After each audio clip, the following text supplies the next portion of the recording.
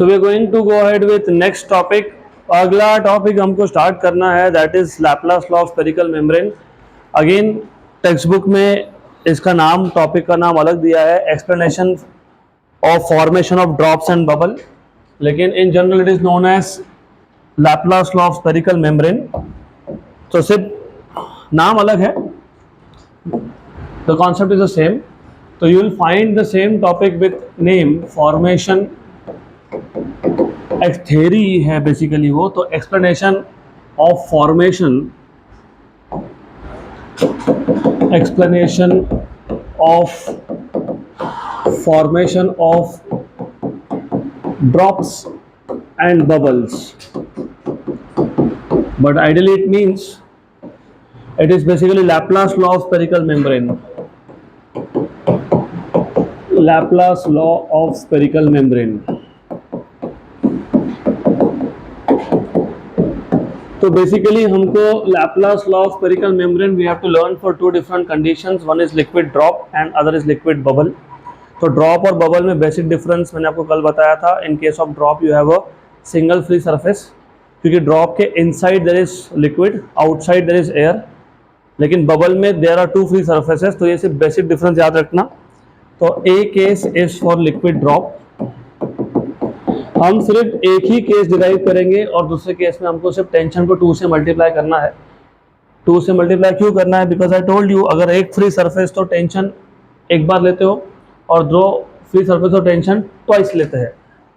तो the idea is हमारे पास एक लिक्विड ड्रॉप है एंड नाउ यू नो, क्योंकि हमने कल भी देखा था. Let us take a liquid drop. Let us say the radius of this drop is small r. और हमने कल क्या देखा था? हमने देखा था कि कॉन्केव साइड पे प्रेशर हमेशा ज़्यादा होता है, याद है? तो इन द लास्ट सेशन हमने 3 सरफेसेस लिए थे. एक था plane surface, the pressure across, मतलब just above and just below the plane surface is same, so there is no excess pressure, there is no pressure difference. और concave side पे pressure हमेशा ज़्यादा होता है. We have shown that in the last session. तो अभी वो concept आपको यहाँ काम में आएगा. तो हमारे पास एक लिक्विड ड्रॉप है. तो let us consider a drop of liquid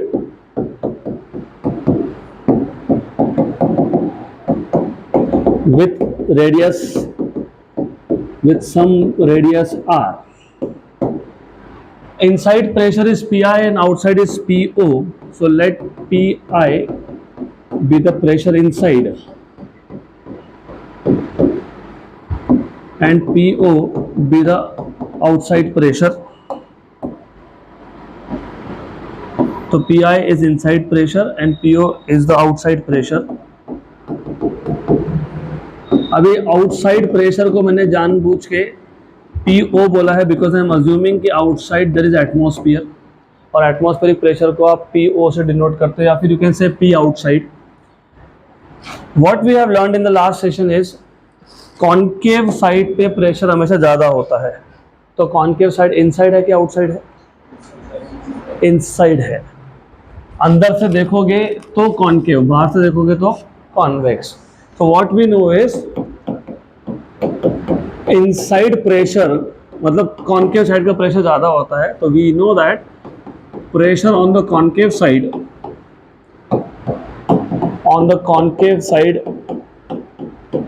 is greater than convex side. मैं थोड़ा सा theory यहाँ पे लिखूंगा क्योंकि you have to know this basic idea. ज़रूरत पड़ेगी सारे पैरामीटर्स की आपको. इनिशियल रेडियस आर है क्योंकि इनिशियल एरिया भी लगेगा.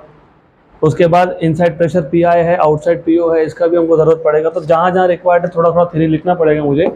सो since the pressure on the concave side is greater, इसका मतलब Pi is greater than PO.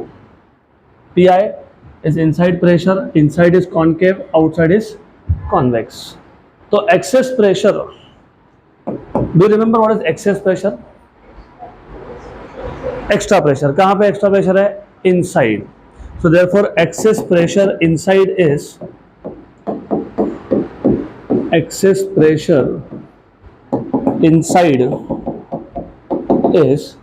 of course Pi minus PO. ये एक्स्ट्रा प्रेशर है, इसको फिलहाल मैं डेल्टा पी से डिनोट कर देता हूँ, delta P. This is extra pressure, excess pressure. तो this is excess pressure inside the drop, और ये ड्रॉप है, फिलहाल बबल की बात नहीं कर रहे हैं हम लोग। Now you should know one basic thing,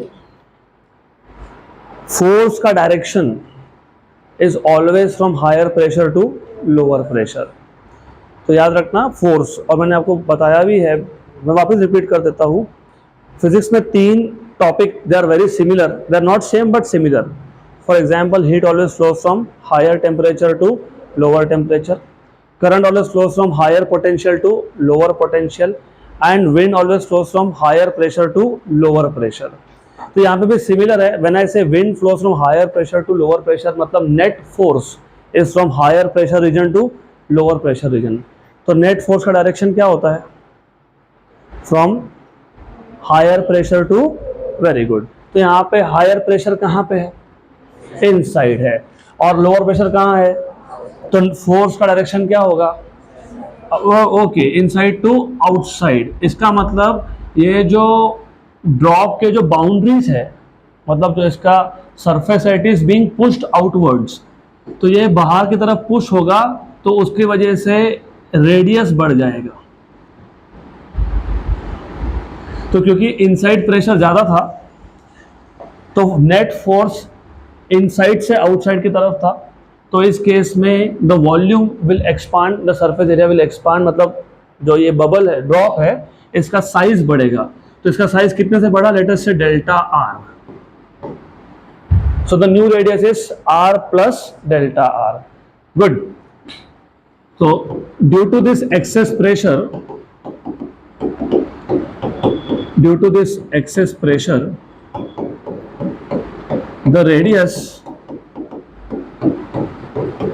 the radius of the drop increases from r to delta r, from r to r plus delta r, r plus delta r. So change in radius is delta r in short. Initial area, अभी initial area क्यों चाहिए? Do you remember what was the relation between surface energy and surface tension? नहीं, directly proportional, exact relation चाहिए।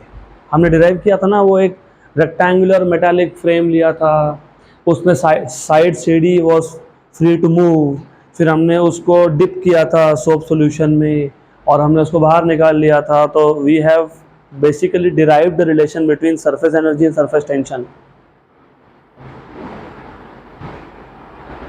Work done to increase surface area, dW equal to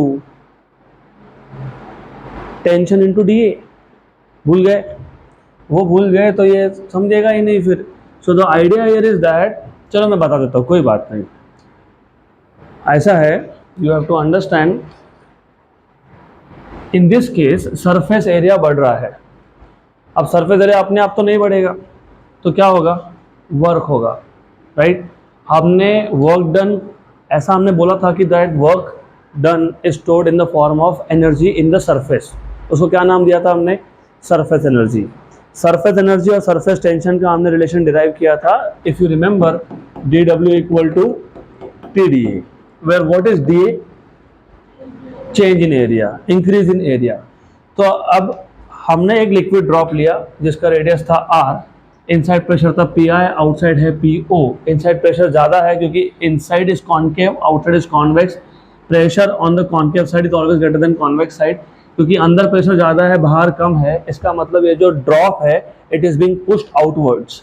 क्योंकि ये बाहर की तरफ पुश होगा तो इसका रेडियस बढ़ेगा, रेडियस बढ़ेगा तो सरफेस एरिया बढ़ेगा, सरफेस एरिया बढ़ा मतलब वहाँ पे क्या हुआ होगा? Work done. तो अगर मुझे वर्क डन का फॉर्मूला चाहिए, मतलब सरफेस एनर्जी का फॉर्मूला चाहिए, तो मुझे क्या फाइंड करना पड़ेगा? Change in area. तो चेंज इन एरिया कैसे फाइंड करते हो? फाइनल एरिया माइनस, हाँ तो पहले इनिशियल एरिया निकाल लेते हैं, और therefore this initial area, and by the way ये जो डेल्टा आर है ना, चेंज इन रेडियस है, it is taken to be very small. अब इसको वेरी स्मॉल क्यों लेते हैं? क्योंकि हम लोग ऐसा अज्यूम करते हैं कि ये जो रेडियस बढ़ा है डेल्टा आर, इस रेडियस के बढ़ने में प्रेशर डिफरेंस ऑलमोस्ट सेम है। तो इसका मतलब जितना प्रेशर पहले अंदर था उतना ही प्रेशर अभी भी अंदर है। वो कब होता है? When you have small increase in radius. नहीं तो पहले बबल था नहीं, अभी एकदम से 10 सेंटीमीटर का रेडियस का बबल बन गया या ड्रॉप बन गया, ऐसा अगर होगा तो pressure change will be large. तो remember we are assuming that the increase in radius delta r is very small, so that the pressure inside remains constant, more or less constant. Okay, good. तो initial area क्या आएगा? pi r square कैसे? ये 3D है, ये drop है, drop is a spear. What is surface area of a sphere? 4 pi r square. Okay, good. What will be the final area? Also, final area is, let us say AF, 4 pi final radius. What is final radius? R plus delta R. Initial radius था R, final radius है R plus delta R. तो इसका square कर लेंगे, तो this is equal to 4 pi are square, A plus B bracket square, तो A square plus 2ab plus B square. But अभी जो डेल्टा आर स्क्वायर है, मैंने आपको पहले ही बता दिया, delta r is very small. अगर डेल्टा आर ये वेरी स्मॉल है तो उसका स्क्वायर तो और भी स्मॉल होगा. मतलब आप डेल्टा आर स्क्वायर को क्या कर सकते हो? निगलेक्ट. लेकिन remember, you can neglect terms only in comparison with other terms. तो delta r square can be neglected in comparison with 2r delta r. तो delta r square can be neglected. अगर ये term नहीं होता तो delta r square neglect नहीं कर सकते हो, क्योंकि neglect कभी भी in comparison ही होता है. तो mathematically ये याद रखना, आगे भी आएगा ऐसा, क्योंकि कहीं पे आप neglect करते हो, कहीं पे नहीं neglect करते हो. तो neglect कब करना है? Only when you have another term of power 1. Delta R का और एक टर्म है पावर 1 का. तो जब दो टर्म्स को कंपेयर कर रहे हो तो कंपैरिजन में delta are square is very small, so delta are square can be neglected, but it can be neglected in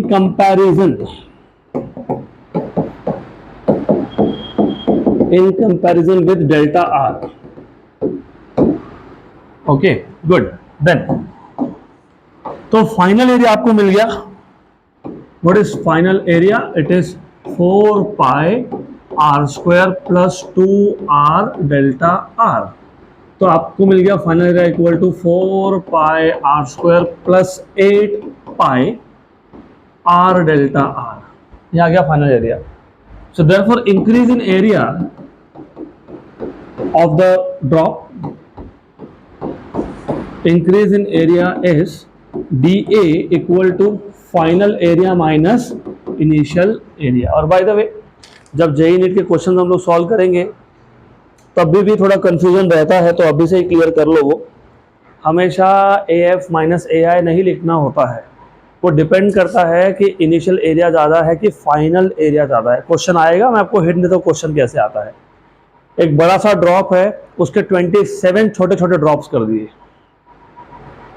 right. तो एक सिंगल ड्रॉप को आप स्प्लिट कर रहे हो, तो if you are splitting one big drop into large number of small droplets, तो large number of small droplets का total area is greater than one single drop.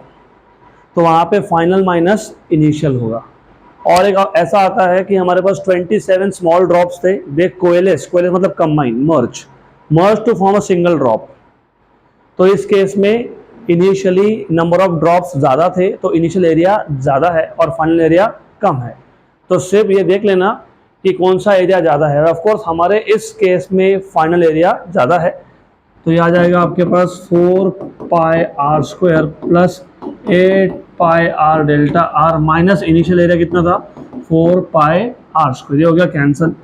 तो इंक्रीज इन एरिया आ गया आपके पास 8 pi r delta r. But then therefore work done in increasing the area is given by, the area is, if you remember work done dw था TDA, where T is surface tension, वो भी mention कर देता हूं मैं. Where T is surface tension of the liquid, जो भी liquid use करोगे उसका टेंशन आएगा। तो dw equal to T D a, लेकिन डी ए कितना आया 8 pi r delta r. Let us call this equation number 1। Good, then यहां तक क्लियर? पक्का पक्का? Is this clear? But we also know that हमको क्या पता है, हमको वर्क का जनरल फॉर्मूला पता है। What is general formula of work? Force into displacement, force into displacement. अब ये जो डिस्प्लेसमेंट है वो कितना है? वो है डेल्टा आर, क्योंकि जो सरफेस था वो डिस्प्लेस हो गया। रेडियस बढ़ना मतलब सरफेस डिस्प्लेस होना। कितने से डिस्प्लेस हुआ? डेल्टा आर से। तो डिस्प्लेसमेंट डेल्टा आर है। बट ये फोर्स कौन सा फोर्स है? This is force due to excess pressure. मैंने इसलिए बोला आपको, शुरू में बता दिया कि हमेशा नेट फोर्स होता है from higher pressure region to lower pressure region. तो ये जो फोर्स है it is coming because of excess pressure. Do you remember what is pressure? Force upon area, force upon area. और फिर मैं यहां पे प्रेशर को बोल रहा हूं एक्सेस प्रेशर। तो what will be force? Excess pressure into area, into area. What is excess pressure? तो force is excess pressure into area. What is excess pressure? लिखा तो था, लिखा था ना। What is excess pressure? P I minus p o. तो p i मतलब inside pressure minus outside pressure into area. ये एरिया कौन सा? ये इनिशियल एरिया लेना पड़ता है, not the final one. You have to take that as initial area. तो एरिया कितना है initial? 4 pi are square. Therefore work done dw equal to क्या था? Force into delta R. Force कितना आ गया? P I minus P O, 4 pi are square delta are. Equation number 2। तो equation number 1 और equation number 2, equation 1 and equation 2, 1 2, left hand side is same, so right hand side should be same.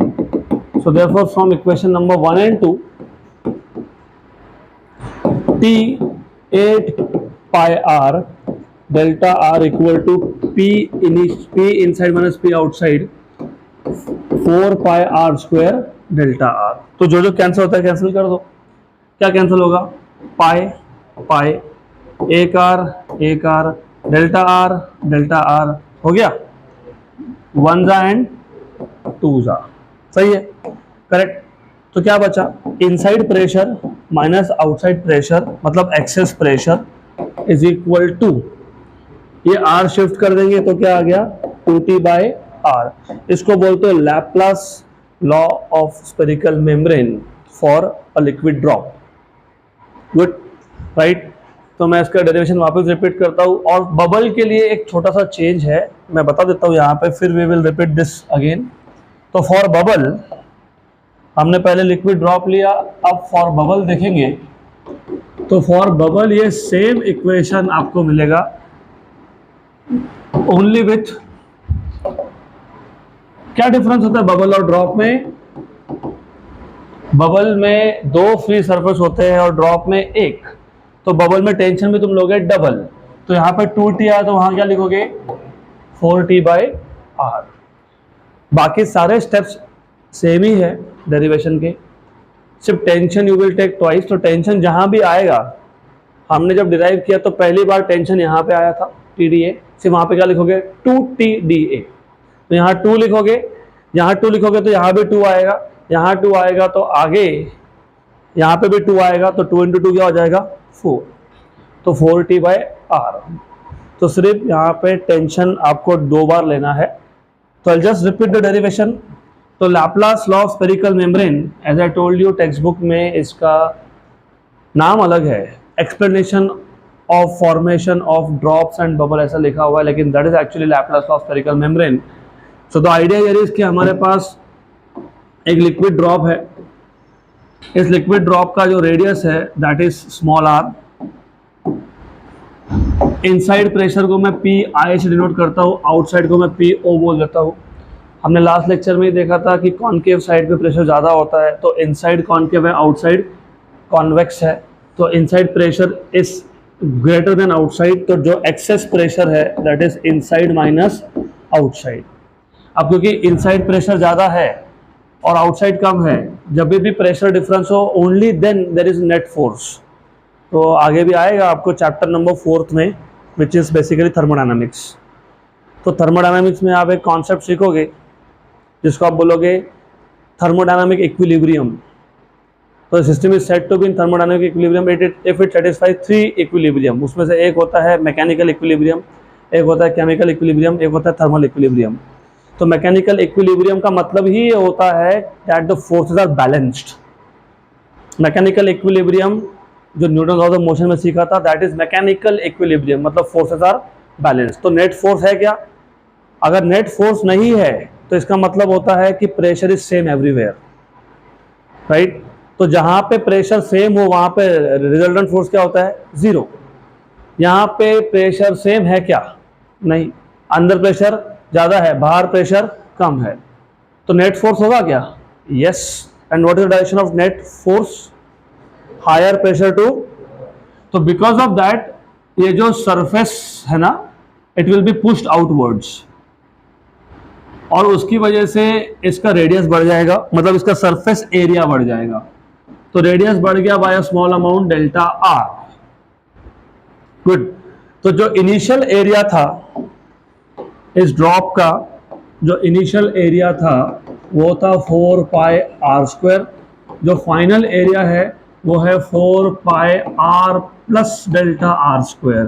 तो ये आ गया 4 pi are square plus 2r delta r plus delta are square. Since delta r is very small, तो delta are square can be neglected in comparison to delta r. इसका मतलब 4 pi are square plus 2r delta r लिखोगे तो final area will B 4 pi are square plus 8 pi r delta r. ये आ गया final area. तो total increase in area is basically final minus initial. तो 8 मैं डायरेक्ट लिख देता हूँ, 4 pi are square plus 8 pi r delta r में से 4 पाई आर स्क्वायर माइनस करोगे तो मिल जाएगा 8 pi r delta r. This is increase in area of the drop. Then अपने आप एरिया तो बढ़ेगा नहीं, अपने आप डिस्प्लेसमेंट भी होता नहीं है, अपने आप एरिया भी बढ़ता नहीं है, तो वर्क डन हुआ होगा। और we know that work done is equal to surface tension into change in area. तो surface tension into change in area, change in area कितना है? 8 pi r delta are, equation number 1। But we also know that the work done is force into displacement. अब ये force कहां से आ रहा है? It is coming because of excess pressure. मैं ये वर्ड बार बार यूज कर रहा हूं क्योंकि इस चैप्टर पे जो जेई नीट के क्वेश्चंस बनते हैं उसमें आपको फोर्स नॉर्मली निकालना ही है ड्यू टू एक्सेस प्रेशर। अब एक क्वेश्चन था, वो लेंगे हम लोग क्लास में। यू हैव अ टैंक, उसके सेंटर में हमने एक पार्टीशन डाल दिया, मतलब हमने उस टैंक के 2 इक्वल पार्ट्स कर दिए, सेंटर में पार्टीशन डाल दिया, और उसके नीचे बेस पे बॉटम पे एक डोर है, हिंज डोर। हिंज डोर मतलब ऐसा जिसको बिजागरे है। एक साइड में आपने ऑयल भर दिया, एक साइड में आपने कोई और लिक्विड डाल दिया है, राइट। तो ऐसा बोला है कि वो जो डोर है उसको क्लोज रखने के लिए, मतलब वो ओपन नहीं होना चाहिए, उसको क्लोज रखने के लिए कितना फोर्स लगाना पड़ेगा, राइट। क्वेश्चन समझ में आया? एक टैंक था, सेंटर में आपने एक पार्टीशन डाल दिया, और उस पार्टीशन के नीचे क्या है? डोर है, और दोनों साइड पे, एक साइड में आपने एक लिक्विड भर दिया, सम लिक्विड, लेट अस से वाटर, दूसरी साइड पे आपने दूसरा लिक्विड भर दिया up to the same height, but these 2 liquids are not same. इसका मतलब क्या है? दोनों का डेंसिटी सेम नहीं है। डोर कहाँ था? At the bottom, at the base. Do you remember how do find out pressure at a given point? H rho g, मतलब it depends on density. Height तो सेम है, दोनों साइड में मैंने लिक्विड अलग अलग भरा लेकिन हाइट सेम है, लेकिन लिक्विड अलग है तो डेंसिटी इज डिफरेंट। मतलब बेस पे प्रेशर सेम होगा क्या दोनों साइड पे? नहीं, एक साइड में ज़्यादा होगा दूसरी साइड में, तो फिर जिस साइड में प्रेशर ज़्यादा होगा और जिस साइड में प्रेशर कम होगा, what will be the direction of net force from higher pressure to, तो वहाँ पे force is because of excess pressure. तो इसके लिए आपको पता होना चाहिए, ऐसे इस चैप्टर में खासकर when you talk about force, normally it will be force to excess pressure, और pressure is force upon area, तो what is force? Pressure into area. तो फोर्स आएगा एक्सेस प्रेशर इनटू एरिया, तो excess pressure into area, area is 4 pi are square delta are, equation number 2। Equation 1 और 2 दोनों का left hand side same है तो right hand side भी same होगा। So therefore from 1 and 2 you get pi minus po 4 pi r square delta r equal to t 8 pi r delta r। तो delta are cancelled out, एक are गया, पाई भी गया, 1 जा एंड 2 जा, तो आपको मिल गया यहाँ पे excess pressure equal to 2t by R. यही अगर आप एक बबल के लिए करोगे तो क्या लिखोगे? 4t by are. चलो ठीक है, now I will take one example. Now let us say if I have a liquid, water ही मान लो, हमारे पास एक कंटेनर है, कंटेनर में वाटर है, so you have water filled inside this container and then I have a bubble, very near to the free surface, okay, more or less समझ लेना अभी, very near to the free surface, और एक है deep inside, bubble है, एक है very near to the free surface और दूसरा है deep inside। सही है, मुझे बताओ what is the Laplace law of spherical membrane for drop number, bubble number 1 and bubble number 2, ये 1 ये 2। अभी आपने बोला है ना ड्रॉप के लिए कितना होता है 2t बाई आर, और बबल के लिए कितना होता है 4t बाई आर। मैंने आपको दो बबल दे दिए, दोनों बबल्स है, तो इन दोनों के लिए मुझे Laplace law of spherical membrane apply करके बताओ what is the excess pressure.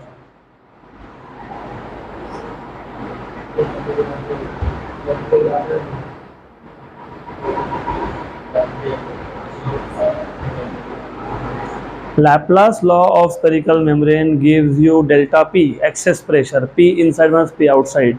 My question to you is, bubble 1 के लिए डेल्टा P मतलब PI माइनस PO, और बबल 2 के लिए डेल्टा P मतलब PI माइनस PO क्या आएगा?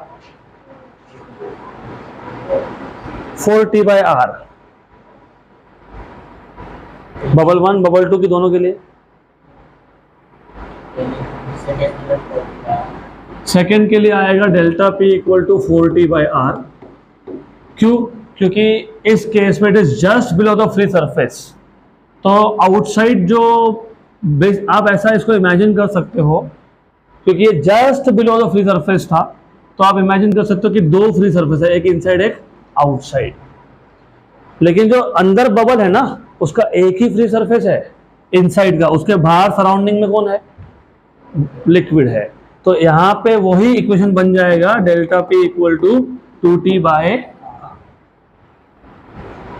ऐसा क्वेश्चन आया है, और हम थ्योरी में क्या सीखते हैं, ड्रॉप रहा तो 2t बाय आर, बबल रहा तो 4t बाय आर। लेकिन जब तुम यहाँ बबल की बात करते हो, यहाँ पे दो फ्री सरफेस होते हैं, अंदर भी एयर बाहर भी air. But in this case ये जो बबल नंबर 1 था, inside surface is free but outside there is water या फिर एनी लिक्विड, तो यहाँ पे एक ही फ्री सरफेस है, तो 2t बाय आर। और अगर कोई bubble just below the free surface हो तो वहाँ पे दो फ्री सरफेस होते हैं, एक अंदर का और एक बाहर का। लेकिन वो कंडीशन है, it has to be just below, it can not be deep inside. तो अभी याद रखना, बिकॉज क्वेश्चन आएगा तब पता होना चाहिए। गुड। तो इसके बाद we are suppose to start with new topic, that is capillary action, जिसको तुम कैपिलरिटी भी बोलते हो। तो नेक्स्ट टॉपिक इज कैपिलरिटी या फिर कैपिलरी एक्शन। कैपिलरिटी और कैपिलरी एक्शन। अब ये कैपिलरिटी या कैपिलरी एक्शन क्या होता है, उससे पहले I will go through some basics. I would want you to know what is capillary itself. पता है कैपिलरी क्या होता है? You know what is capillary? सुना है, नाम सुना है? Straw, very good. तो straw is like a capillary, लेकिन उसको डिफाइन कैसे करोगे? A tube with a very fine bore which is open at both the ends, both the sides is called as capillary. तो बेसिकली अगर मैंने एक word use किया, a tube with a very fine bore, a tube with a very fine bore, bore, ये सुना है word कहीं पे? सुना होगा ही। बोरवेल सुना है? बोरिंग कराई है घर में कभी, क्या देखा है, सुना है? बोरिंग मतलब क्या होता है पता है? तो they put this tubes inside. उसको बोरवेल बोलने का रीजन ही ये होता है क्योंकि वो जो पाइप डालते हैं ना, it is basically a tube which is open at both the ends, इसलिए उसको बोरवेल बोलते हैं। So a tube with a very fine bore which is open on both the sides या फिर both the ends, on both the sides is known as capillary, is known as capillary. Some of the real life examples of capillary are, for example, straw बोला आपने, that is one of the examples. Number 2 is pen का जो refill होता है, refill, उसके ऊपर से अगर आप निब निकाल दोगे ना, तो that is nothing but a capillary, right. अब ये कैपिलरी एक्शन क्या होता है? तो जब मैं कैपिलरी को एक लिक्विड में डिप करता हूं, मैंने सिर्फ लिक्विड बोला, मैंने ये नहीं बताया विच टाइप ऑफ लिक्विड। तो when I dip the capillary inside a liquid, तो the level of liquid inside capillary या तो वो बाहर के लेवल से ज्यादा होगा या फिर कम होगा, इसको बोलते हैं कैपिलरी एक्शन। मतलब व्हाट हैपेंस इज, हमारे पास एक लिक्विड था, तो एक कंटेनर है, कंटेनर में एक लिक्विड ले लिया मैंने, and what I am doing is, इस केस में मैं कैपिलरी को डिप कर रहा हूं inside the liquid, and of course one end of the capillary is dip inside the liquid. तो कैपिलरी के अंदर लिक्विड का लेवल या तो राइज होगा, बढ़ जाएगा, या फिर फॉल होगा, उसको बोलते हैं कैपिलरी एक्शन या फिर कैपिलरिटी। सो द राइज और fall in the level of liquid inside the capillary when the capillary is dipped in a liquid is called as capillary action और कैपिलरिटी। गुड, मैं थोड़ा सा स्लो जाऊंगा क्योंकि ये रियल लाइफ के लिए बहुत इंपॉर्टेंट है। I will give you example दोस्तों कि कहाँ पे हमने रियल लाइफ में कैपिलरी एक्शन यूज किया। आप सबने किया है, all of you have used at some stage in life this capillary action, but without knowing कि ये हम लोग बेसिकली कैपिलरी एक्शन की वजह से हो रहा है। एग्जाम्पल, दिया कितने लोगों ने लगाया है या देखा है? ऐसा तो कोई नहीं होगा कि दिया देखा ही नहीं है क्या ऐसा कोई? इंडिया में तो दैट इज ऑफ कोर्स दिया, इंग्लिश में क्या बोलते हैं उसको? लैम्प। उसके अंदर तुम वात रखते हो ना, उसको इंग्लिश में बोलते हैं विक। क्या करते हैं, छोटा सा एक बाटी लेते हैं, उसमें ऑयल डालते हैं, उसमें आप विक मतलब वात रखोगे, बराबर। Oil you fill very little amount of oil, और उसमें भी वात का सिर्फ नीचे का पार्ट जो होता है वही ऑयल में डिप करते हो, कि पूरा ऐसा डिप कर देते हैं अंदर, नहीं करते ना, थोड़ा सा ही करते हैं। And then you just turn on that lamp. क्या होता है आफ्टर अ व्हाइल? क्या होता है? ऑयल खत्म होने लगता है, राइट। लेकिन आपने फायर तो ऊपर के एंड पे लगाया था। हैव यू एवर थॉट कि नीचे से ऑयल ऊपर आया था कैसे? वात का छोटा सा पार्ट में ड्रॉ कर देता हूं। It is better that you visualize here. ये था दिया का बाटी, उसमें तुमने भर दिया थोड़ा सा ऑयल, तो you put little bit of oil. फिर इसमें तुमने रख दिया विक, विक मतलब वात। This is how it is done. And then you put fire. Okay, good. So have you ever thought यहाँ पे फायर लगा दिया। फिर पहले तो बताओ ऑयल क्या काम करता है यहाँ पे? Oil serves as fuel.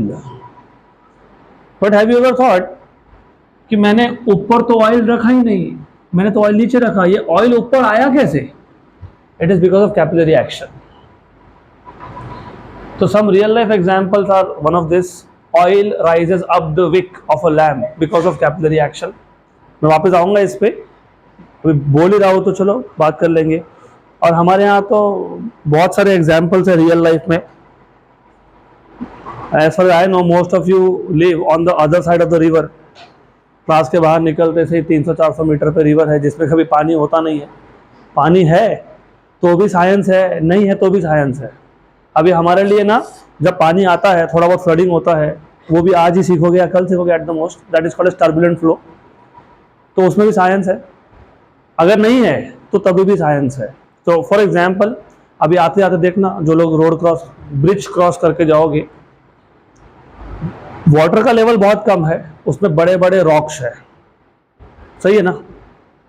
Water का लेवल कम है मतलब पूरा रॉक तो पानी के अंदर गया नहीं, लेकिन फिर भी रॉक का ऊपर का सरफेस हमेशा गीला मिलेगा, इट इज ऑलवेज वेट। देखा कभी? तो you have a big rock inside a river, the water level is very low, just like this. पानी का लेवल बहुत कम है, लेकिन रॉक का ऊपर का पार्ट, रॉक का छोटा सा part is inside liquid. But जब भी देखोगे तो रॉक का ऊपर का पार्ट भी तुमको वेट दिखेगा, even if it is not raining. तो क्या होता है ना, इस रॉक के अंदर भी छोटे छोटे क्रीवाइसेस होते हैं। Crevices they are like capillaries. तो water rises up through this crevices because of capillary action. और भी कहाँ यूज किया है। स्कूल में आपको इंक पेन कंपलसरी था क्या? नहीं, तो हमारा जनरेशन अलग ही था, हमको कंपलसरी था, you have to bring ink pen. बाद में बंद कर दिया वो, क्योंकि इंक भरते भरते इंक गिर जाता था। अब इंक गिर जाता था तो इंक को एब्जॉर्ब करने के लिए भी हमको कंपलसरी था कि you have to bring a blotting paper. तो उसके ऊपर ऐसा इंक गिर गया ना, उसके ऊपर से पेपर रख दोगे, अपने आप एब्जॉर्ब हो जाएगा। वो अपने आप नहीं एब्जॉर्ब हुआ, it is because of capillary. So same goes with water. जहां पे पानी गिर गया तो you have some special cloth, जैसे स्पॉन्ज होता है, पानी गिरा उसके ऊपर तुमने स्पॉन्ज रख दिया, क्या हुआ? It absorbs. Why? Because of capillary action. तो ये कैपिलरी एक्शन क्या होता है वो समझ लेते हैं, और कैपिलरी एक्शन क्यों होता है वो तो देखना ही है इन डिटेल। तो कैपिलरी एक्शन या फिर कैपिलरिटी पहले डिफाइन कर लेते हैं, फिर देखते हैं एक एक करके why it happens. So capillary action या capillarity is nothing but the rise or fall, the rise or fall भी होता है, सिर्फ rise नहीं होता है, the rise or fall of liquid inside the capillary when one end of capillary is dipped inside a liquid,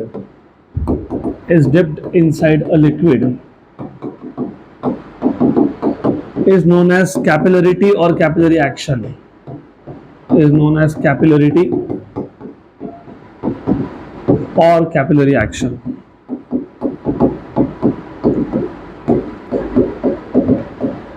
तो idea समझ में आया? हमारे पास एक लिक्विड था, एक कैपिलरी था, हमने कैपिलरी के एक एंड को लिक्विड में डिप कर दिया, तो compare to outside level, capillary के अंदर या तो लेवल बढ़ेगा, राइज होगा, जिसको तुम कैपिलरी राइज बोलोगे आगे जाके, या तो फिर फॉल होगा, उसको क्या बोलोगे? Capillary fall. ये जो कैपिलरी फॉल है ये होता है for a liquid which does not wet a solid. Which are the types of liquid that does not wet a solid? Mercury. And what is the angle of contact for that? Obtuse. So for case of liquids like mercury which does not wet a solid,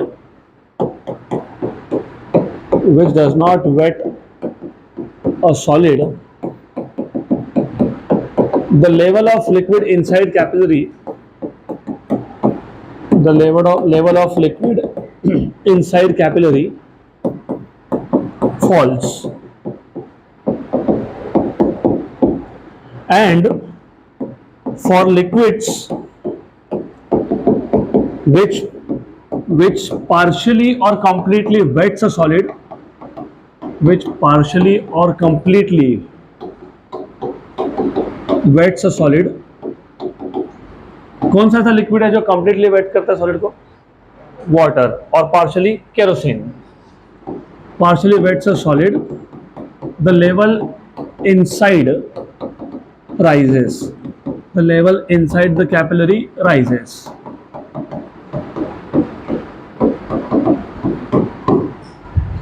यहाँ तक clear? इसको मैं अलग तरीके से भी लिख सकता हूँ. Of course there are various ways to explain the same thing. I could have said for liquids whose angle of contact is acute, in such cases the level rises, and for liquids whose angle of contact is obtuse, level falls. तो चलता है, कोई problem नहीं, is the same thing. तो यहाँ तक I hope it is clear, क्योंकि अभी हमको देखना है कि ये कैपिलरी फॉल या कैपिलरी राइज हुआ क्यों. दोनों देखेंगे वन बाय वन, और फिर बाद में हमको एक्सप्रेशन भी डिराइव करना है. तो द आइडिया ये है, सबसे पहले कैपिलरी पता होना चाहिए. कुछ नहीं, एक ट्यूब है with a very fine bore which is open at both the ends. Then if you dip this one end of this tube, मतलब one end of the capillary inside a liquid, the level of the liquid inside capillary will either rise or fall, right? इस action को बोलते हैं हम लोग capillary action. For a liquid which does not wet a solid, या फिर for a liquid जिसका angle of contact obtuse है, in such cases the level inside the capillary falls. And for a liquid which partially और completely wets a solid, जैसे कि water हो गया, kerosene हो गया, जिसका एंगल ऑफ कॉन्टैक्ट एक्यूट है, the level inside rises. Good. हम एक एक करके अब देखेंगे why there is capillary fall and why there is capillary rise. We'll start with any one of it. चलो capillary fall से start कर लेते हैं. So I'll just try to keep sequence of notes. तो notes में मैंने पहले capillary fall explain किया है, तो ठीक है, पहले capillary fall देख लेते हैं. तो we have a container and this container is basically filled with mercury, and as you know, and you must know, for a liquid like mercury, what is the shape of meniscus? Convex. तो यहाँ पे convex shape बनेगा सिर्फ वहाँ पे जहाँ पे liquid का सॉलिड के साथ कांटेक्ट हो. ओके, तो I will not be able to draw this diagram as it is. तो एक काम करता हूँ. गुड. तो जहाँ पे लिक्विड का सॉलिड के साथ कांटेक्ट है, सिर्फ वहाँ पे ही शेप बनता है कॉन्वेक्स. और ये क्यों होता है, ये हमने ऑलरेडी इन डिटेल देखा है. If you remember, we have seen meniscus के शेप क्यों बनते हैं. We have seen it is because of the resultant of adhesive and cohesive forces. तो I will not go back into details of that. तो हमने already बहुत time spend किया था. तो at the point of contact बनेगा, सिर्फ इतना याद रखना. Now we have a capillary. एक कैपिलरी है हमारे पास. तो we have a capillary, we have a capillary. हमने कैपिलरी को डिप कर दिया यहाँ पे. Again I am telling you the same thing. याद रखो, जहाँ पे कांटेक्ट हुआ. By the way, capillary is actually very fine, लेकिन मुझे क्योंकि यहाँ पे डायग्राम अच्छे से ड्रॉ करना है, तो मैं थोड़ा सा कैपिलरी का रेडियस बड़ा दिखा रहा हूँ. इतना बड़ा होता नहीं है. तो जो कैपिलरी ट्यूब होता है ना, इट इज़ वेरी फाइन. सिर्फ मुझे for the purpose of drawing proper diagram मैंने इसका रेडियस बड़ा दिखाया है. ऐसा होता नहीं है, तो याद रखना, ऐसा नहीं होता है. गुड. देन यहाँ पे कांटेक्ट हुआ, तो यहाँ पे थोड़ा सा कॉन्वेक्स शेप बनेगा. अंदर भी क्या बनेगा? कॉन्वेक्स शेप बनेगा. और ये जो सिचुएशन है, इट इज जस्ट व्हेन आपने कैपिलरी को अब जस्ट डिप किया ही है. अभी फॉल राइज जो भी होगा वो होना बाकी है. तो it is a situation in which you have just dip the capillary. Good. तो एक कैपिलरी लेते हैं. So let us dip one end of a capillary inside a liquid like mercury. तो कैपिलरी फॉल या कैपिलरी राइज समझने के लिए you have to imagine 4 points. ये मॉलिक्यूल्स नहीं है, ये 4 इमेजिनरी पॉइंट्स है. You are suppose to imagine 4 points. A point and B point ये इनसाइड द कैपिलरी है. A point is inside the capillary just above the free surface of mercury. B point is inside the capillary just below the free surface of mercury. फिर एक point लूंगा C which is just above the plane surface, क्योंकि ये surface plane है. मैंने इसलिए बोला have to be very careful. surface plane है, सिर्फ convex curvature कहाँ पे हुआ? Only at the point of contact. And D point which is just below the plane surface of mercury outside the capillary. तो 4 पॉइंट इमेजिन कर लिए हमने. Imagine 4 points A, B, C and D. तो C and D. A point कहां था?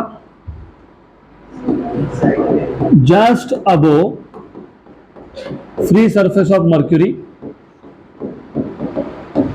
Free surface of mercury कहां पे? Inside, of course inside the capillary. मैं वो लिखने नहीं वाला. बी का है just below the free surface of mercury inside the capillary. Just below the free surface of mercury inside. C point कहां लिया आपने? कहां लिया? Just above free surface of mercury. Of course इस केस में फ्री सरफेस है plane surface. मैं लिख नहीं रहा हूं बट ये आपको पता होना चाहिए ये प्लेन सरफेस है बाहर. तो I am not writing it down because of course I don't want to waste time. तो just above free surface of mercury but outside the capillary. And D point is just below the free surface of mercury outside the capillary. तो ये 4 point है. तो चारों point पे जो pressure है उसको भी हम लोग PA, PB, PC, PD से डिनोट कर लेते हैं. PA is pressure at A, PB is pressure at B, PC is pressure at C and PD is pressure at D. Good, clear? यहां तक पक्का clear? Now what you have learned, diagram देख के बताओ. पहले इनसाइड की बात कर लेते हैं. बी और ए पॉइंट कहाँ प्रेशर ज़्यादा होगा और क्यों ज़्यादा होगा? बी पे ज़्यादा होगा. क्यों? Because it is on the concave side. Very good. A और सी पे प्रेशर सेम होगा क्योंकि दोनों के ऊपर कौन है? एटमॉस्फेयर. सी और डी पे प्रेशर सेम होगा because they are 2 points just above and just below the plane surface. तो we can start with that. We can say PA equal to PC because both have atmospheric pressures. Equation number 1. Good. Other clear? PA equal to PC equal to PO. Clear है ना यहाँ तक? पक्का. PB is greater than PA क्योंकि B is on the concave side and A is on the convex side. Equation number 2. लेकिन PA क्या था? PC था. Therefore PB is greater than PC. इसको भी एक इक्वेशन बोल देता हूँ 3. But PC and PD are equal. क्यों equal? Because they are just above and just below the free surface of liquid. So therefore from 3 and 4 PB is greater than PC but PC is equal to PD. तो PB is greater than PD. B और D इन दोनों point पे pressure same नहीं है. Pressure ज़्यादा कहाँ पे है? कहाँ पे? बी पे. मतलब डी पे कम है, बी पे ज़्यादा है तो डी पे कम है.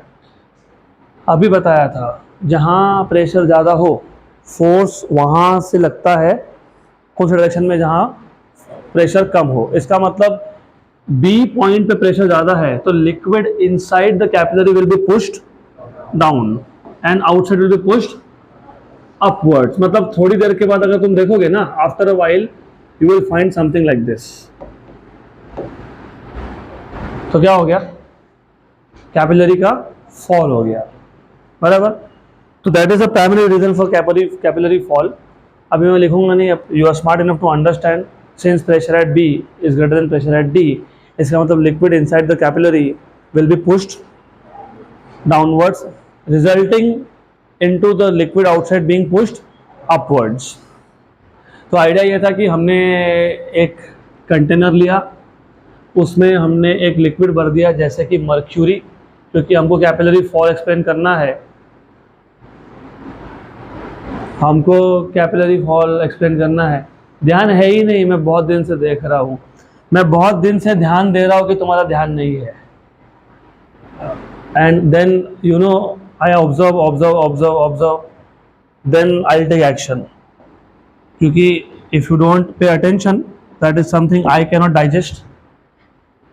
तो ऐसा है, ये मर्क्यूरी था which does not wet a solid, तुमने कैपिलरी डिप कर दिया। इनिशियली कोई राइज फॉल नहीं होता है, राइज फॉल होने का रीज़न होता है तो जब आपने इनिशियली डिप किया तो लेवल इज सेम, लेकिन यस मिनिस्कस का शेप कॉन्वेक्स बन गया और इसको अपर कॉन्वेक्स बोलते हो।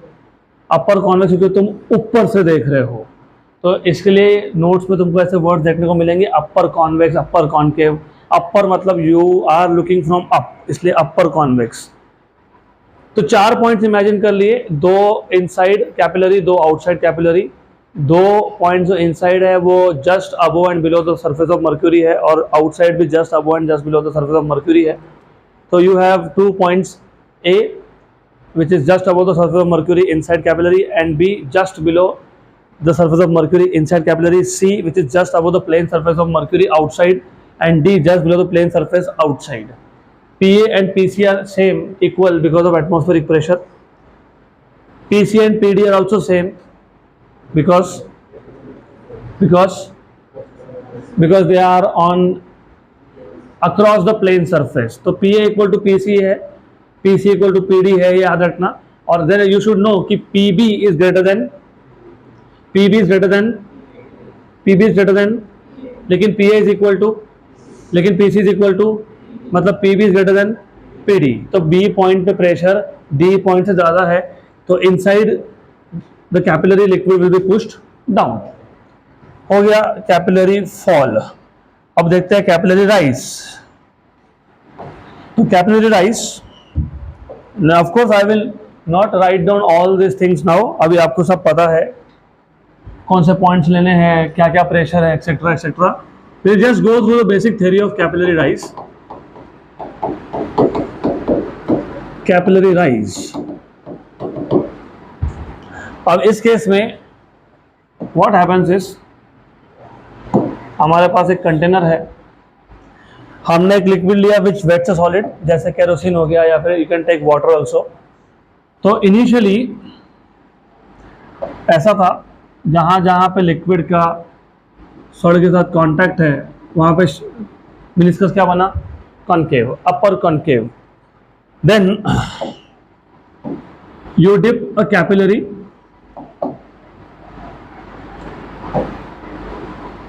तो कैपिलरी हमने डिप कर दिया। अगेन जहाँ पे कांटेक्ट हुआ वहाँ पे शेप बनेगा, क्या बनेगा, कॉनकेव की कॉन्वेक्स, कॉनकेव, कॉनकेव। और इनिशियली ऐसा था। फिर आपने वही 4 पॉइंट्स ले लिए, A, B, C and D, and the story repeats, more or less is the same. Pressure at A and pressure at C are same because both of them are directly exposed to the atmosphere. उसके बाद pressure at A in this case is greater than pressure at B, क्योंकि इस case में A is on the concave side, equation number 2, बराबर, correct. But PA equal to क्या आ गया, PC, इसका मतलब PC is greater than PB, equation 3। लेकिन PC और PD they are same because they are just above and just below the plane surface of liquid. Equation number 4. So from 3 and 4, pressure at D is greater than pressure at B. तो इस case में D पे pressure ज़्यादा है और B पे pressure कम है, तो क्या होगा?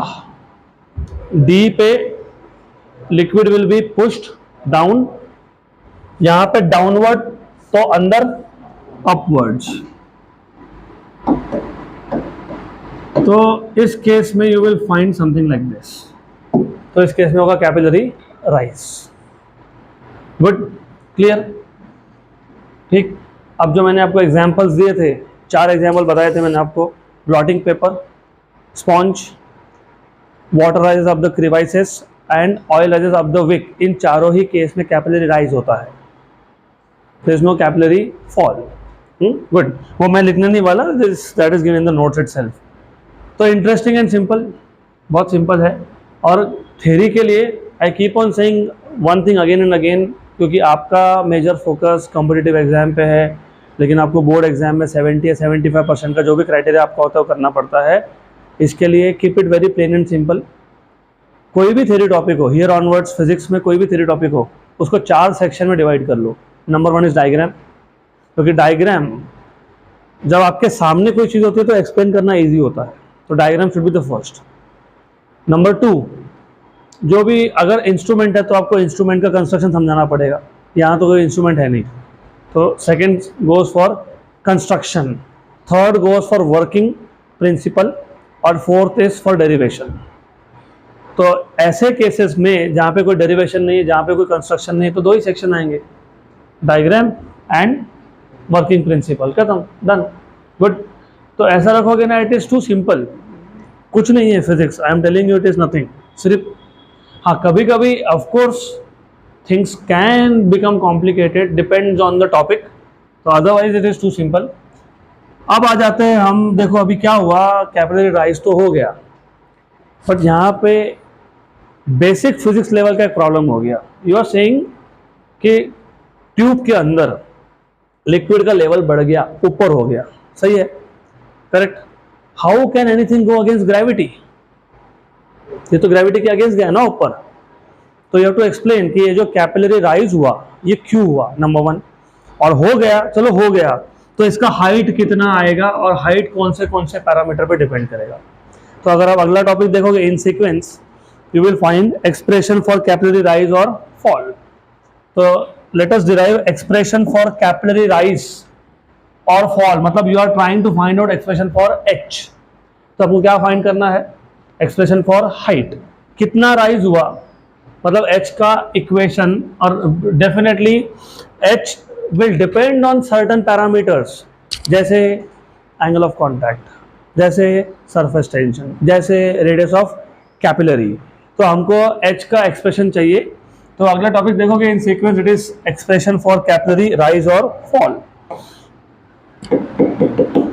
एक्सप्रेशन फॉर कैपिलरी राइज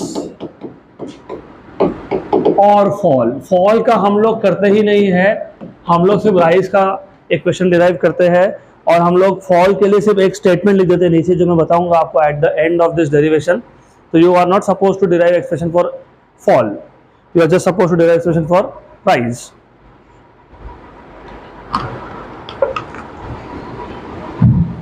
तो 2 मेथड है. Method 1 is using pressure difference and method 2 is using forces. तो दोनों ही बता देता हूं आपको मैं. Method 1 is using pressure difference. अब ये जो मेथड है, इसका जो डायग्राम है वो आपके नोट्स में से मिसिंग है, वो प्रिंट नहीं हुआ, कोई दिक्कत नहीं, नॉट एन इशू. चलो यहाँ ध्यान दो, बता दो डायग्राम में है क्या. तो अब हमारा फोकस होगा only on that part of capillary जिसमें राइज हुआ है. तो we will be focusing only on this part. जितना राइज हुआ है उतने ही पार्ट पर फोकस करेंगे. दैट डज नॉट मीन कि बाकी सारी चीजें गायब हो गई, एवरीथिंग इज देयर. सिर्फ हम जो डायग्राम ड्रॉ करने वाले हैं, it will B only this part of the capillary, जहां पे लिक्विड का लेवल अप हो गया कंपेयर टू आउटसाइड लेवल। तो I will just draw this diagram, this too simple. Of course ये कैपिलरी का वो पार्ट है जहां पे लेवल क्या हुआ, राइज। गुड, तो I am just drawing this part. And of course क्योंकि तुम राइज की बात कर रहे हो, तो राइज के केस में it will be the case of liquids like kerosene और water which wets a angle of contact कितना होता है, शेप क्या बनता है, कॉनकेव, अपर कॉनकेव, ऐसा ड्रॉ कर सकते हो। Good, right. देन ये जो कैपिलरी था, इसका जो रेडियस है उसको मैं स्मॉल आर से डिनोट करूंगा। I denote it by small R. याद रखो ये small R is radius of capillary, चाहिए तो मैं लिख देता हूं, small R is radius of capillary tube, क्योंकि और एक आर आने वाला है। Do you remember what is the direction of surface tension? Tangential. कहां टेंजेंट ड्रॉ करते हैं? At the point of contact. तो यहां पे this is the direction of surface tension. Do you remember what is this? Angle of contact. तो theta is angle of contact, तो theta stands for angle of contact here.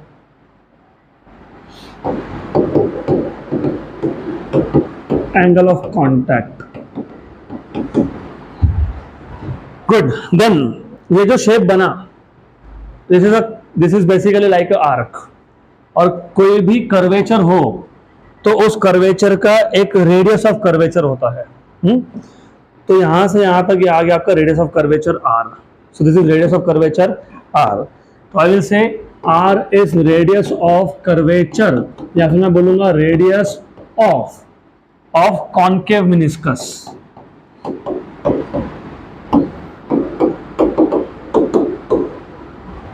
Good, थोड़ा सा मैं diagram को change कर रहा हूं little bit, because do you remember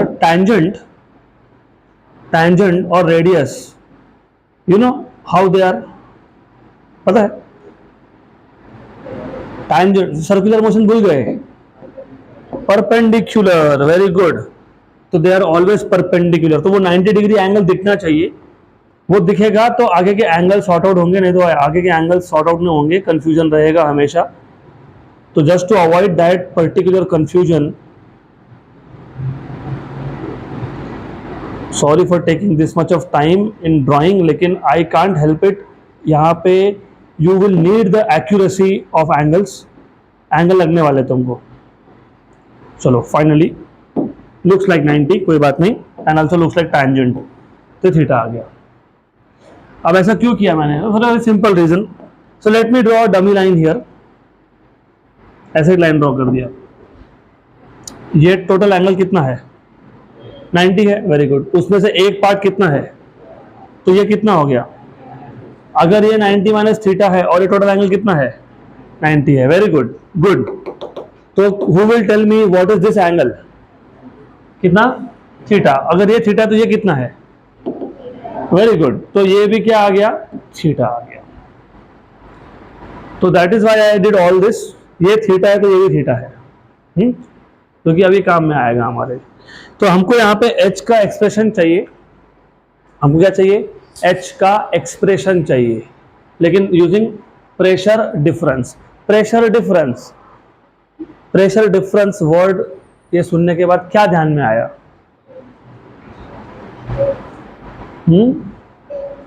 density, yes. लेकिन आज हमने स्टार्टिंग में स्टार्ट ही इस टॉपिक से किया था। किससे स्टार्ट किया था? Laplace law of spherical membrane. क्या बताता है आपको Laplace law of spherical membrane? Pressure difference, excess pressure, सही है, अक्रॉस फ्री सरफेस।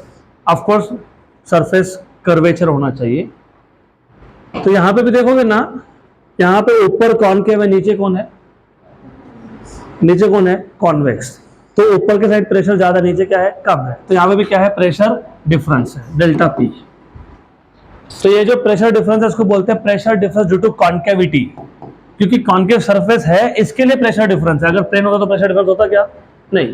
तो डेल्टा पी क्या है? It is a pressure difference it is pressure difference due to concavity, due to concavity मतलब due to concave shape of the meniscus.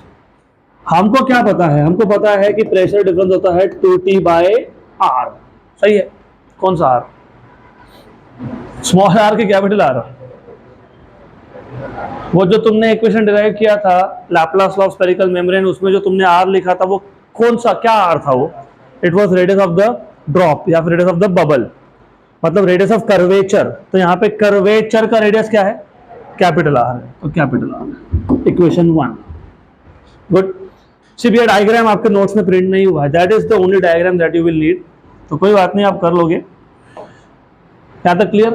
But do you remember in general pressure क्या होता है? H rho g, where H is the height. Good. Equation 2. So from 1 and 2 you have H rho g equal to 2T/R. तो H क्या आ गया? 2T/R rho g, equation number 3। लेकिन normally हम लोग देखो थोड़ा सा प्रैक्टिकली भी सोचना पड़ता है यहाँ पे। इसके लिए fluid mechanics for some unknown reason difficult लगता है। डिफिकल्ट कुछ नहीं है, सिंपल है।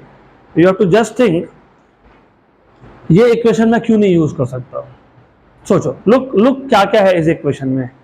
टी, ये तो लिक्विड का प्रॉपर्टी है, ये तो हमको पहले से दिया होता है और पता होता है, अदरवाइज सोप सोल्यूशन है तो 0.07 आता है उसका। जी तो पता ही है, रो भी पता है। आर क्या है? आर, अब ये सोचो प्रैक्टिकली ये पॉसिबल है क्या मेजर करना? नहीं, लेकिन प्रैक्टिकली मैं कैपिलरी का रेडियस मेजर कर सकता हूं। कैसे? तो हमारे पास वर्नियर कैलिपर होता है, माइक्रोमीटर, स्क्रू गेज होता है, एक्सेट्रा एक्सेट्रा। तो I should bring this equation in terms of small R. अगर मैं कॉस थीटा लूं, what is cos theta? Adjacent upon hypotenuse. तो but from diagram you have cos theta which is adjacent side upon hypotenuse, तो r equal to आ गया small r by cos theta, equation number 4। therefore from 3 and 4, from equation 3 and 4 you have h equal to 2t by capital R is small r upon cos theta गया ऊपर और rho g, तो 2t cos theta by R rho g। ये आ गया आपके पास H का expression. This is the expression for rise, capillary rise, क्योंकि हमने स्टार्टिंग में ही बोल दिया we are talking about a liquid which wets a solid, उसमें क्या होता है? राइज होता है। Good, right. तो मैं एक बार वापस रिपीट कर देता हूँ व्हाट वी हैव डन। हमने कैपिलरी लिया, उसको डिप कर दिया, और जब भी बोलूँगा कैपिलरी डिप किया मतलब कैपिलरी का एक ही एंड डिप किया। तो we have dip one and inside the capillary and there is rise in the level of liquid inside the capillary। तो कितना राइज हो गया? H। अब हमको क्या क्या पता है? हमको पता है कैपिलरी का रेडियस है R, और जो कॉन्केव मेनिस्कस बना इसका जो रेडियस ऑफ कर्वेचर है वो है capital R। T surface tension, theta angle of contact, tension is tangent, और रेडियस ये दोनों परपेंडिकुलर होते हैं, पता होना चाहिए। इसके लिए एंगल बन गया यहाँ पे, ये एंगल बन गया थीटा। गुड। देन क्योंकि यहाँ पे कॉन्केव मेनिस्कस है, इसका मतलब दोनों साइड से प्रेशर का डिफरेंस है, और delta P difference in pressure ये क्या आता है? 2T/R। ये हमको Laplace law of spherical membrane से समझ में आया कि 2T/R है। 2T/R क्यों लिखा? क्योंकि एक ही फ्री सरफेस है, ऊपर नीचे लिक्विड है। गुड। देन बट हमको पता है कि delta P in general pressure क्या होता है? H rho g। तो H rho g क्या आ गया? 2T/R, तो H क्या आ गया? 2T/R rho g। लेकिन इसमें जो कैपिटल R है वो रेडियस ऑफ कर्वेचर है, जो हम लोग डायरेक्टली नहीं मेजर कर सकते। हम लोग डायरेक्टली मेजर कर सकते हैं radius of capillary small r। तो मैंने ट्रिग्नोमेट्री यूज कर लिया, cos theta small r by capital R is r upon cos theta, वो सब्स्टिट्यूट कर दिया तो h मिल गया 2t cos theta by r rho g। अब टेंशन आपको दिया होता है क्योंकि वो लिक्विड टू लिक्विड चेंज होगा, और लिक्विड के साथ साथ सॉलिड कौन सा है? ये ग्लास ट्यूब लिया आपने, उस पर भी डिपेंड करेगा, एंगल ऑफ कांटेक्ट उस पर डिपेंड करेगा। तो वो आपको पता होता है कि what is the value of theta, what is the value of tension, दिया होगा या पता होगा, व्हाटएवर इट इज। ये हो गया राइज के लिए। आई टोल्ड यू कि हमको फॉल के लिए करना ही नहीं है, सिर्फ फॉल के लिए एक स्टेटमेंट देना है हमको। For case of liquids like mercury, we know that theta is obtuse. What is cos of obtuse angle? Negative. तो उसमें cos थीटा क्या बन जाएगा? नेगेटिव. नेगेटिव मतलब अपने आप माइनस लग जाएगा. What is the meaning of minus? Fall. So that is why we do not derive for fall. हम लोग rise के लिए करते हैं और आखिरी में एक स्टेटमेंट दे देते हैं जो नोट्स में दिया है मैंने. For liquids like mercury, where you have angle of contact as obtuse, तो cos थीटा क्या बन गया? नेगेटिव. मतलब हाइट आ जाएगा नेगेटिव. नेगेटिव हाइट का मतलब देयर इज फॉल. डन. ये पहला मेथड था. दूसरा मेथड है यूजिंग फोर्सेस. तो अगला मेथड है using forces. Good. Method 2, that is using forces. Again the idea is same. वापस से हमारे पास एक कैपिलरी है and again we are focusing only on the part of the capillary जिसके अंदर लिक्विड का राइज हुआ है. तो राइज हुआ है. अब यहां पे सबसे पहले यू हैव टू अंडरस्टैंड, इसको सोचने के दो अलग अलग मेथड्स हो सकते हैं. आई एम नॉट सेइंग कि जैसा मैं बोल रहा हूं वैसा ही है. There are two ways of thinking.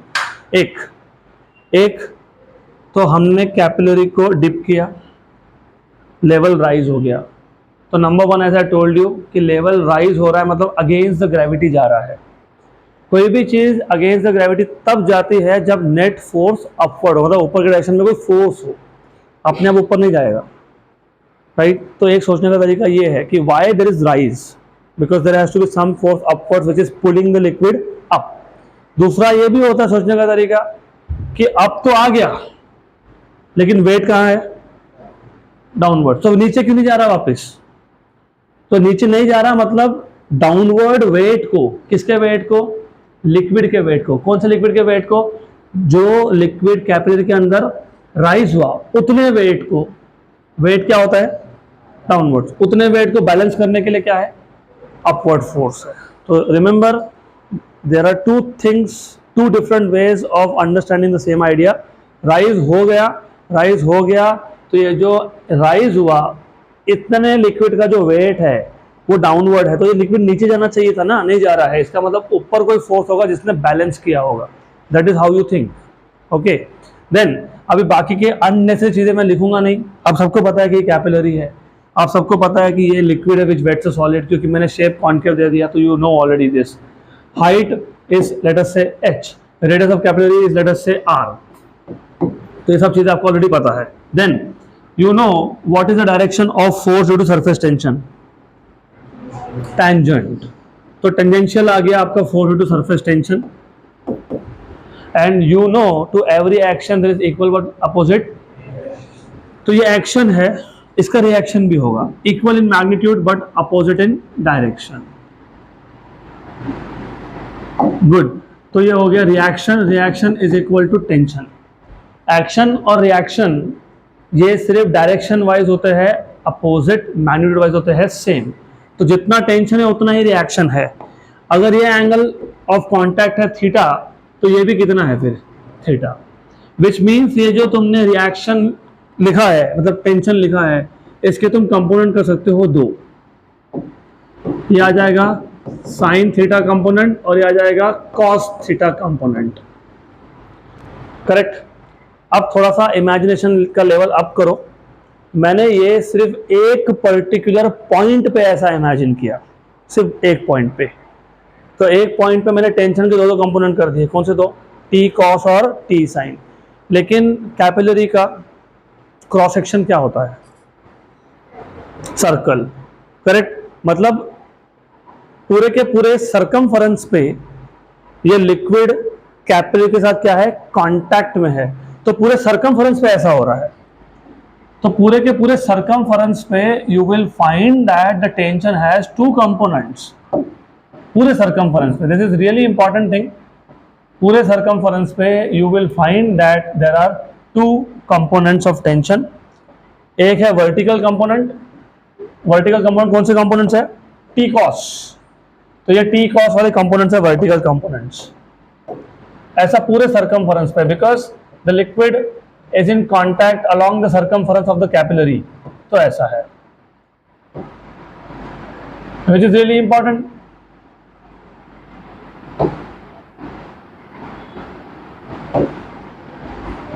Okay, one last and than sufficient. ये सारे टी कॉस है और ये टी कॉस ये सारे अपवर्ड है, तो what is upward force? T cos theta. कितने टी कॉस थीटा है? 2 पाई आर. तो टोटल अपवर्ड फोर्स कितना हो गया? T cos theta into 2 pi R, क्योंकि पूरे सर्कमफरेंस पे कांटेक्ट हो रहा है ना. अगर एक पॉइंट पे कांटेक्ट होता लिक्विड का तो एक ही टी कॉस थीटा होता, सही है. 2 पॉइंट पे होता तो 2 times of T cos theta होता. 3 पॉइंट पे होता तो 3 इंटू टी कॉस थीटा होता. लेकिन लिक्विड का कांटेक्ट कितने डिस्टेंस के लिए हुआ? 2 पाई आर. तो टोटल अपवर्ड फोर्स कितना हो गया? 2 pi R into T cos theta. इस पे भी नीट और जेडब्ल्यू में क्वेश्चन आया है, आएगा, देखोगे, सॉल्व करेंगे हम लोग. और टी साइन थीटा का भी सेम स्टोरी है, थोड़ा सा अलग है. टी साइन थीटा और टी साइन थीटा मतलब horizontal components. For each T sine theta component there is another T sine theta component which is diagonally opposite to it and opposite in direction. तो क्या होगा? Cancel. तो horizontal components cancel out, तो T sine theta components cancel out.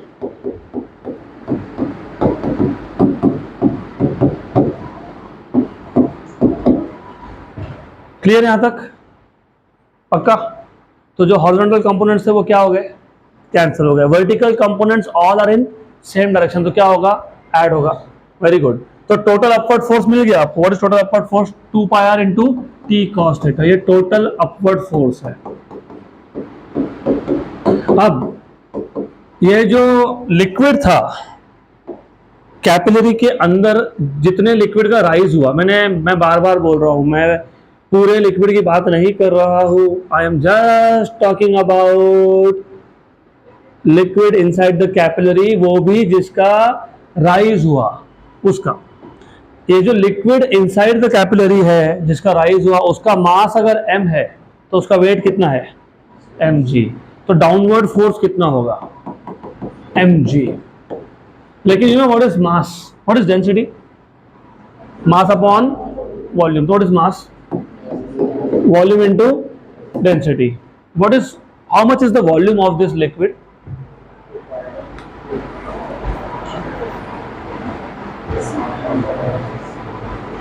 Capillary is like a cylinder. You know what is area of cylinder? 4 पाई कहां से आ गया? 4 spear होता है, ये सिलेंडर है. Cylinder area into height, pi are square h. area of cross section into height, area of cross section A, which is equal to pi r square. तो volume क्या आएगा? pi r square into h rho g. ये है downward force. Clear यहां तक? Downward force था जो liquid inside the capillary है जिसका राइज हुआ, उसका डाउनवर्ड फोर्स है due to its own weight. Weight is mg. m is volume into density. Volume, ये सिलेंड्रिकल शेप है, सिलेंड्रिकल शेप. और वाई डू यू, रट्टाफिकेशन बंद करो. हर चीज का फॉर्मूला रटते क्यों? What is so difficult? Give me that bottle. ये अभी थोड़ा कॉन्सेप्ट समझ लो सरफेस एरिया और वॉल्यूम का. Volume is the total space occupied by an object. Total space occupied. अब ये सिलेंडर है, ये उसका एरिया है, ये उसका हाइट है. तो टोटल स्पेस कितना ऑक्यूपाई किया उसने? Area into height. बन गया फॉर्मूला. फिर एरिया पाई आर स्क्वायर लिख लो, क्योंकि ये क्रॉस सेक्शन सर्कुलर है. दूसरे शेप के बॉटल्स भी आते हैं, अभी मेरे पास है नहीं है, ये है. Very good.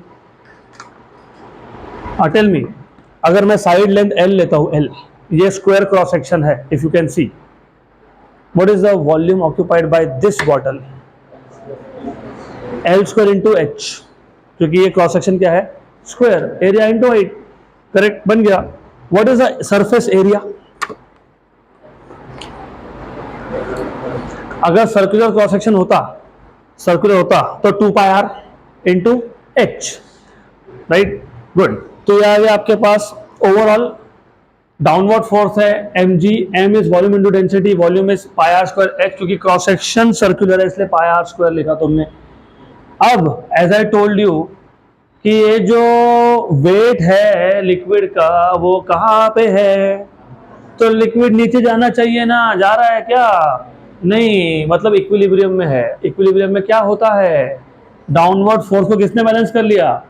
Upward force. तो ये टोटल डाउनवर्ड फोर्स था। तो अंडर इक्विलिब्रियम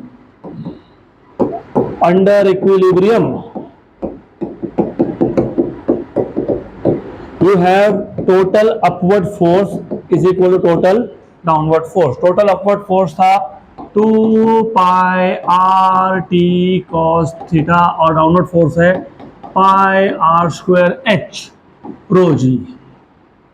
गुड, जो कैंसिल होता है कर लो। पाई आर हमको क्या चाहिए था? एच, तो एच मिल जाएगा ना। एच क्या आ जाएगा? 2t cos theta upon r rho g. You have the same formula but this time using the forces, क्योंकि हमने यहाँ पे टेंशन के कंपोनेंट्स कर लिए और हमने टेंशन मतलब फोर्स होता है, तो बेसिकली हम लोगों ने ये फोर्स यूज करके इक्वेशन डिराइव यूज किया, इसलिए मेथड नंबर 2 का नाम था यूजिंग फोर्सेस। और इसी इक्वेशन से आप टेंशन भी फाइंड कर सकते हो। Tension will be T equal to H R rho G upon 2 cos theta. So you can also find out tension from the same formula. Clear यहाँ तक? पक्का? श्योर। तो एज यू रिमेंबर मैंने आपको इस चैप्टर के स्टार्टिंग में बताया था कि इस चैप्टर को सीबीएसई में अलग सीक्वेंस है। सीबीएसई में सरफेस टेंशन चैप्टर ही अलग है और फ्लूइड मैकेनिक्स जो है वो चैप्टर अलग है।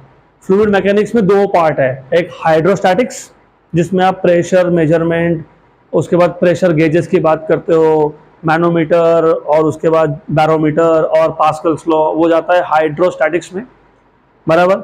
उसके बाद आता है हाइड्रोडायनामिक्स जिसमें फ्लूइड्स विल स्टार्ट मूविंग, वो हमने अभी तक स्टार्ट नहीं किया। तो as far as your CBSE is concern उसमें 2 चैप्टर अलग से है, सरफेस टेंशन अलग है और फ्लूइड मैकेनिक्स अलग है। फ्लूइड मैकेनिक्स में हाइड्रोस्टैटिक्स एंड हाइड्रोडायनामिक्स ये दोनों एक साथ क्लब किया है इन्होंने। But as far as your state board is concern यहाँ पे क्या था, स्टार्टिंग में हाइड्रोस्टैटिक्स था, फिर बीच में सरफेस टेंशन आ गया और उसके बाद क्या आएगा? हाइड्रोडायनामिक्स, जिसमें फ्लूइड विल स्टार्ट मूविंग। तो अगला टॉपिक अगर आप देखोगे sequentially that is fluids in motion. तो in the next lecture we will start with fluids in motion.